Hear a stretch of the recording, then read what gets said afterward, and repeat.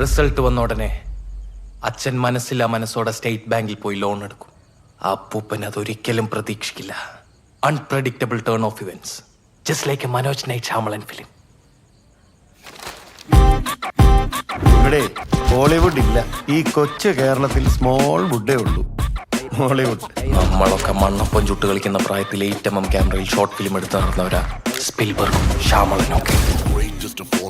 കാരണം അവര് ജനിച്ചതങ്ങ് US-ലാവും, നമ്മൾ ഇന്ത്യയിലും. നീയാണ് നായകൻ. ഞാനോ? എടാ മോനെ, നിന്റെ ഷോർട്ട് ഫിലിംസിന്റെ വ്യൂസ് കണ്ടിട്ട് നവോദയപ്പച്ചൻ വന്ന് നിന്റെ വാതിലിൽ മുട്ടാൻ പോണൊന്നുമില്ല.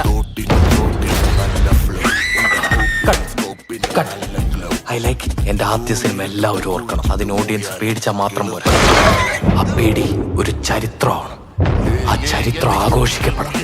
ഇതൊക്കെ സിനിമയാക്കിയാൽ കാണുന്നവന്റെ ജീവിതത്തിൽ എന്തെങ്കിലും ഒരു സന്തോഷം ഉണ്ടെങ്കിൽ അതും പോയി കിട്ടും. എനിക്കൊന്നേ പറയാനുള്ള വിനീത്, 23-ാം വയസ്സിൽ ഇനിയൊരു 100 വർഷം കഴിഞ്ഞാലും ആരും മറക്കാത്തൊരു തുടക്കം. ഒന്നുമില്ല, ഫ്രണ്ടാണ്.